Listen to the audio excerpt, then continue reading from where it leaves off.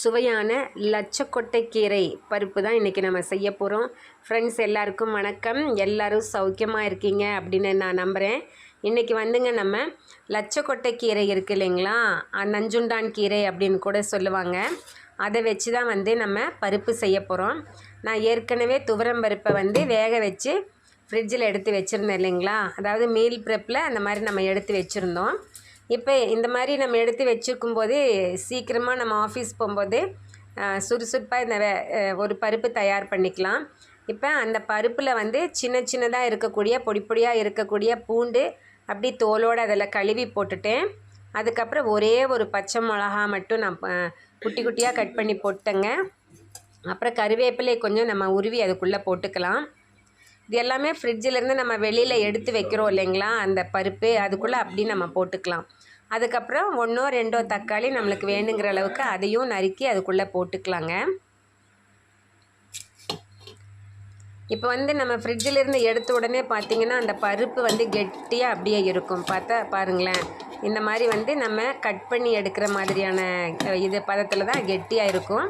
ஆனால் அது சூடு பண்ண கொஞ்சம் கொலன்னு ஆகிடும். நம்ம தண்ணியுமே கொஞ்சம் அதுக்கு ஊற்றிக்கலாம்.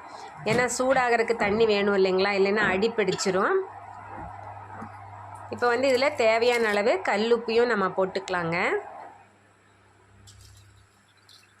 அப்புறம் நான் கொஞ்சம் தண்ணி ஊற்றி கலக்கி விட்டுறேன். காரணம் என்னென்னா ஒரே மாதிரியே அது கொதித்து வரட்டும் அப்படிங்கிறதுக்காக, இல்லைன்னா அடி பிடிக்கிற மாதிரி ஆகிடும். இதில் நான் குறுமிளகு, என்ன பிளாக் பெப்பர் அது கொஞ்சம் போட்டுக்கிறேன். சீரகமும் கொஞ்சம் போட்டுங்க. தேவைப்படுறவங்க பெருங்காயத்தூள் வேணும் அப்படின்னா சேர்த்துக்கலாம். நான் இதில் பெருங்காயத்தூள் போடலைங்க. ஸோ இதை நல்லா கலக்கி விட்டுட்டு நம்ம ஸ்டவ்வில் கொதிக்க வைக்கணும். அந்த கொதிக்க வைக்கிறதுக்கு முதல்லையே என்ன பண்ணலாம் அப்படின்னா, நல்ல இளம் துளிராக இருக்கக்கூடிய லட்சக்கொட்டை கீரையினுடைய அந்த கீரைகள் இலைகளை நம்ம பறிச்சுக்கலாங்க.